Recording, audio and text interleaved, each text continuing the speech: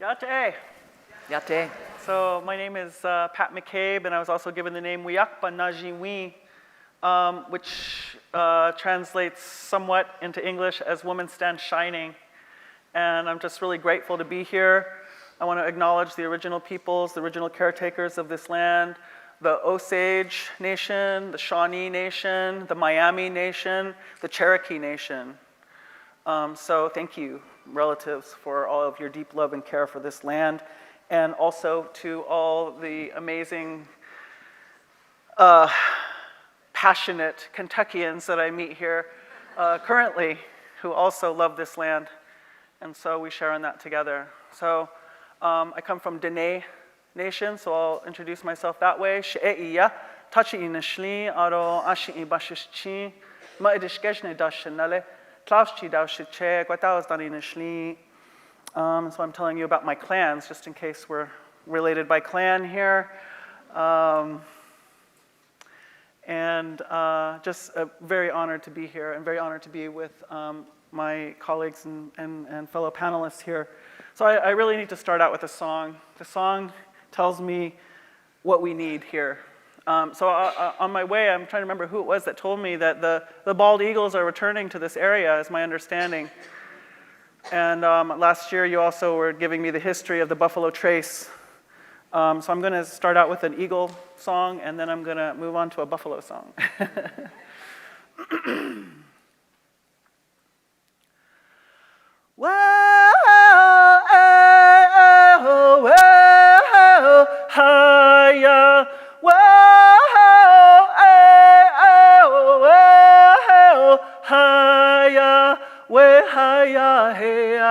We-hi-ya, hey-ya, we-hi-ya, hey-ya, we-hi-ya, hey-ya, ho-way-o, ay-o, ho-way-o, ay-ya, ay-o.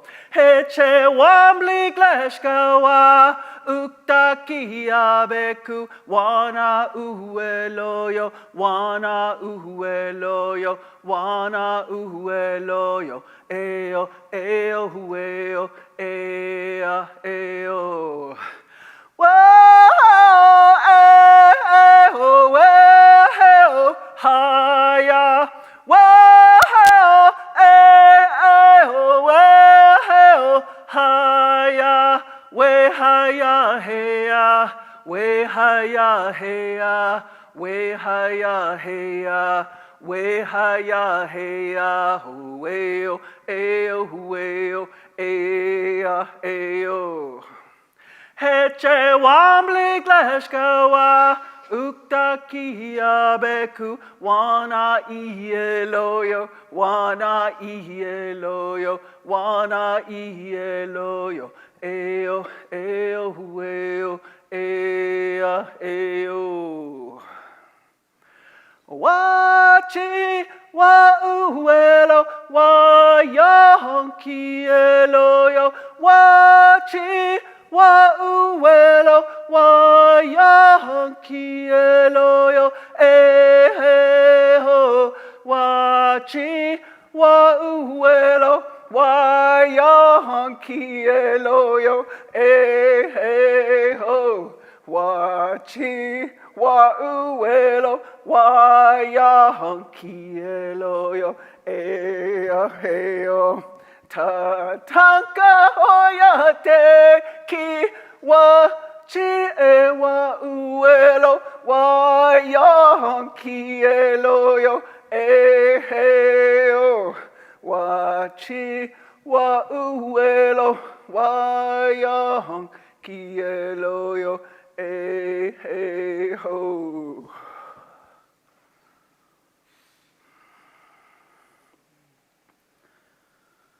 Whew. That buffalo spirit.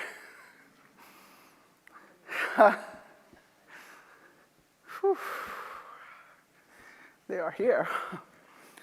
So I needed them to come and be here with me. We need them. We need their wisdom. We need their understanding of how to be here now. So I'm going to begin with something that I often begin with to kind of orient us in a new way. Because frankly, probably the vast majority of the people sitting in this room, you were not trained to hear me. You were not trained to see me. And not because of my own personal glory or fame, but I think you do need to see me, and I think you do need to hear me. So I often start by talking about this way of orienting. There's a professor, Dr. Greg Cajete, that lives in New Mexico, and he wrote a book called Native Science. And in that book, he talks about how when he was studying the early anthropologists and how they saw indigenous people, he said they always used the words primitive and childlike to describe us, right? And he said, I love him for this, he didn't say, what a bunch of racists, he said, there's a system of thought going on over there that makes it such that every time they see us, that's what comes to their mind. I wonder what it is. That's an elder, right? And so he went to explore, who are these people that are saying these things? Why do they see it that way? Maybe if I understood their culture, I would understand why they see us that way and why they say those things. So as he examined, who were the authors of these books, these papers about us, and he realized that they were primarily English aristocratic men. So he said, all right, let me take a look at them in their culture. And in their culture, what he thought he was seeing, again, he's looking through his lens, so this is his best interpretation. He said, okay, so up until the age of 5 in their culture, they get to sing and dance and play and pretend all they want. But at the age of 5, it's time to get down to the serious business of being the educated man. And at that point, all these other things can become hobbies, but what begins to happen then is the education is all about training and honing the intellect. And so from then on, that's the way. That is the way, principal way of knowing anything. So when these men came over to this part of the world and they saw us, what did they see? Well, we were singing. We were dancing. We were talking to things that they didn't think you could talk to. We were seeing things that they didn't think you could see. And their only conclusion, based upon where they came from, was these must be very primitive people. These must be very childlike people. Even their grown men are engaged in the activities of children. Well, when Dr. Cajete wrote this and I read it, it changed everything for me. That was like one of the big turning points in my life, because it made sense of this world to me. And I think it really makes sense of this dilemma we're in this topic that we're studying all week here. What it said to me was, for my own people, we engage in the song and the dance and the visioning from birth all the way till death. And so we never stopped that way. We don't have this point where we say, okay, that's comes back here. No, we continue those things on. And what I'm going to say about that is the song is a way of knowing. Did you feel how everything changed in this room? Did you feel what happened in your body? The emotional rising, the soaring, So it's a way of perceiving reality in a very different way. And so I call it a way of knowing. And so what I'm going to propose here, and this is true of what we call indigenous people, and somebody asked me last night, how do you define indigenous people? And I'm going to say, for our purposes right now, that an indigenous person is a person that is of place. And so what I see is that these people that we find all over the world who, part of the hallmark of indigenous people, right, is their song and their dance. And that's because that's a way of knowing. It's a way of knowing place. So one of the other things that I always say to orient us is to say that if sustainability is the highest and most sought after technology on the planet, who should we be talking to? We should be talking to those peoples who've known how to live in one place over an extended period of time, 1,000 years, 2,000 years, 5,000 years, 10,000 years, in relative health, harmony, and happiness. Those are the premier scientists of understanding how to be here. Now, these same people that continue these practices from birth to death, so I'm going to say that they have a broad spectrum of ways of knowing. Is it a coincidence that having this broad spectrum of ways of knowing and the fact that they have sustainability, is that a coincidence? I don't think so. I don't think so. That's been part of my scientific inquiry. And so I'm going to say that having a broad spectrum of ways of knowing is intimately and intricately connected to sustainability, right? So I feel like I need to say that first before I even begin to talk about interbeing, because if I just started out saying what I wanted to say about interbeing, you would not understand where I am.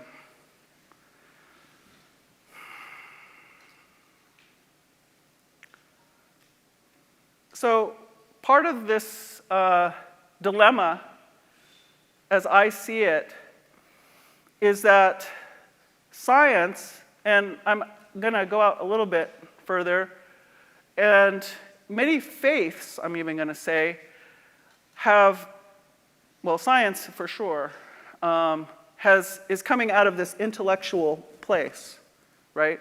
And so when I look at material science, reductionist thought processes that have really come to dominate our understanding of reality, they're coming from this intellectual place. And what the analogy that comes to mind for me is when all you have is a hammer, everything looks like a nail. And so I'm going to say when all you have is an intellect, everything looks like things to be categorized, problems to be solved. It puts us in a very narrow zone of perception. And I'm going to propose to us, and maybe any of you who've ever been in a relationship of any depth and passion, whether it's between your child or with your sister or brother or your lover, your husband or wife, try going at that relationship with your intellect day after day. What happens? No. Y'all know that's not a good way to go, right? And so that's what I'm perceiving in this whole conversation, is that when all we have is this place right here to try to make sense of everything that is going on around us, we are missing a big part of this picture. So I want to describe interbeing, and interbeing is a great word. There are very few English words that really describe indigenous concepts. They're completely different structures. In English, something is always doing something to something. And in indigenous language, it's almost all verbs, which is actually closer to what scientists are discovering. Everything is in motion. Everything is energy. I'm not actually a solid thing standing here. My molecule is slowed down and beyond, right? So what I want to say is that interbeing is a word that relates to, I don't think I said that I was also adopted into the Lakota spiritual way of life, and those songs I was singing come from that tradition. And that's where I get my name, Wiakpa Najinwi. But in the Lakota tradition, we talk about the sacred hoop of life. And what we say is that every form of life gets to have a place on this sacred hoop. And every form of life has a perfect design for thriving life. If we go outside and we look beyond all the skyscrapers and everything out here and we find that little patch of earth here and there, if we get down and look at it, what we're going to see is everything there is trying to figure out one thing: how to make more life, how do we make more life? The ants are saying, how do we make more life? The birds are saying, the trees, everything. So I'm going to say the plan in this place is life. That's the plan. That's the creation that we were set in. That's our place, our home. And so what I'm going to say is that every single member of this sacred hoop of life has a perfect design for thriving life. And every single member of this hoop of life has to uphold their part, or the integrity of the hoop begins to fail. And I think that's where we're at the moment. So, as a human being, my question is always, how am I upholding my perfect design for thriving life? And for me, this is where our faiths can come in and tell us, you know. They have something to say about what that design looks like and what the enactment looks like, right? In my faith, I say that I need to be in harmony with all of the rest of the hoop. And actually, what we say is that human beings were the last to arrive here in this place. And that makes all of the other members, all of the other family members of that sacred hoop, my elders. They know much more about how to be here than I do. So it kind of flips some belief systems on its head, I know. But so that's how we hold it. So I'm always looking to my elders to say, how do we be here? That's why I called in that eagle medicine. That's why I called in that buffalo medicine. In particular for this beautiful place of Louisville on the river here in Kentucky. Because they know something about being here. And the fact that the eagles are returning, good job. Good job. So I guess that's how I want to talk about interbeing is I feel like at this point we are looking at, we're coming down to this question of asking, how do we, as the five-fingered ones, remember what our perfect design is for thriving life? And I really love that the words humility have been brought up, because I think we could stand to find that place of humility at this point. So I think I'm going to stop there as laying a little bit of a roadmap for future discussions. And I just really thank you for giving me your attention. And I also, I just want to tell you that I've been told, and there'll be more time, I'm actually on several panels more this week, for those of you who are going to be here, that this question that we are working in is crucial for us, that we need to address it. They've called it an archetypal wounding of humanity. How we have been relating to our sciences in particular, what sciences we've adopted and how we implement what we believe we know from them. So we're right on topic, we're in the right place, we're in the right time, and I'm so grateful. Thank you so much.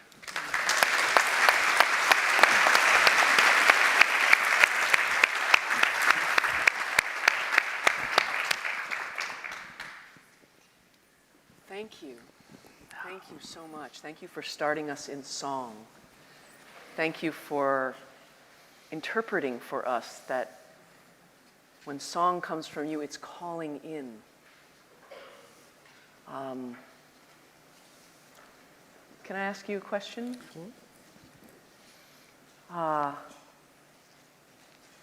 You talked about how we need to broaden our ways of knowing. And I experience you as a woman, as a human being, as an indigenous person who relates to, as you shared with us, multiple indigenous traditions and pathways, legacies. A Navajo Dene woman living at Taos Pueblo, also carrying the Lakota ways. And you walk boldly through this modern Western world as well. Can you share with the group just a little bit about how you navigate that bridging inside yourself to allow you to do that so skillfully out here in service? Well, when I was raised, my father went to Stanford University, and I was sent to East Coast boarding school. I attended Phillips Exeter Academy. In those places, I was taught to try to be competitive. And so the goal is to see what someone else is doing and see if you can just up that game just a little bit more, right? And and you know, that wasn't sitting in my heart and my body, right? I began to deteriorate. In fact, I came to a spiritual crisis, which is how I ended up being adopted into the Lakota spiritual pathway. And I know that there are many people in the world who are suffering in that way right now. And I know we have young people sitting here as well. And so what ended up happening for me is I was met in a very visceral way by spirit. And that came through the Lakota spiritual practices of the sweat lodge and other things, the songs, learning those songs. And so what ended up happening was I ended up being a part of a community that was beyond human and beyond human ego. And to be met by the earth, to be met by the water, to be met and be called granddaughter in my heart and mind by the water, by the trees, by the wind. You know, it sort of took me out of that mindset. It took quite a long time to heal that. But at this moment, you know, what I know is I love this Mother Earth so much, so much. And I can, you know, like so many people who are on fire in their faith, you know, come to this place of being complete devotion and complete service. So when I walk out here and I see you, you know, what I say to Spirit is, you know, I'm going to do my best to give you a chance to speak to whoever is sitting here right now exactly what needs to be said. And so when it becomes not about me, this is not about me, everything changes. And I call on that larger community to have their input here, to give their voice here. And I was really grateful in the earlier panel before we got to the questions, because I was like, wow, we're not even talking about this amazing branch of the human family of indigenous knowledge in our solution finding, but it kind of came around to that right at the end. So I was like, all right. Because I do think it's critical. That's why, you know, I'm not here to be cultural show and tell, but that's why our indigenous cultures are so important for all of us. This is the library of human understanding of how to be here. Mm-hmm. Mm-hmm. Yeah. It's not indigenous knowledge or science. It is indigenous science. It is a science all its own. It's meeting. We're at a pathway meeting. Yes. Thank you. Thank you so much. Gerardo, will you share some comments with our group from an entirely different perspective, and I wonder if there may be some overlap as well. May I ask some question? Yeah, Sure. Exactly. No, you spoke, rightly so, that all of us, I think, we are kind of, our knowing is right now confined to the intellect, right, in general. And of course there is another type of knowledge that transcends the intellect. And you also referred to that. So how does it happen in your tradition that you can make that switch, you know, from intellectual knowing into non-conceptual or kind of transcendent knowledge? Is it through song? I mean, I think I understood that when you sing, at the end of the singing itself brings you to that kind of transcendent or seemingly transcendent state, right? But how do you remain in that state? Is it something that stays long, or it is just an experience that then disappears, or how does it happen? Is the aim in your tradition of like the inner being, or what are, you know, like what is our inner being? Is the aim in your tradition to recognize that inner being, and is that inner being a being that transcends the intellect and has a different type of cognizance or knowing? Yes, I would definitely say it has a different kind of cognizance and knowing. Well, one, I guess the word that we use these days is either embodied or, there's another word, anyway. Kinesthetic. Kinesthetic, yeah. So that was the first big switch for me, was going into a sweat lodge and being literally with fire, water, earth, air, when you could get it. And just to be able to pray with my whole body was such a new experience for me. Because in the tradition that I had first been brought into with my grandparents and parents being taken to the Dutch Christian Reformed missionary residential boarding school, so that's how I began. They were raising me in that way, and I felt like my whole body, like so much of me, was not included in that prayer. And so that was one of the things that I really appreciated, was to have this embodied experience, which automatically, I mean, when you're in the sweat lodge, you can't think. This has to quiet down. In fact, that's what I say when I lead that ceremony, is I say, it's going to be hot until your mind surrenders. But as soon as your mind surrenders, it's not going to be hot in here anymore. Because your mind is screaming like, well, what about this? And how about this? And what happens if this? And, what if it gets, it's like, it's troubleshooting. The mind loves to create problems to solve. And so, yeah, it is a transcendent place. And I think in terms of maintaining that, it's been a process of letting go of that intellectual way of being, and also me-centered, and how am I doing relative to other humans. Letting that fall away then allows for me to be on this earth in a new way. And the earth is here everywhere, all the time, right? So, let's not forget that underneath all this pavement, it's only about, what, 6 inches, 8 inches maybe? And we got, what do we say? We got like a mile to the center of the earth, or 6 miles. Anyway, it's long, it's big. We're on someplace big. And, when I hear some of the elders say, one heartbeat every 10,000 years, and we're living in that reverberation. That's everywhere. It's right here in Louisville.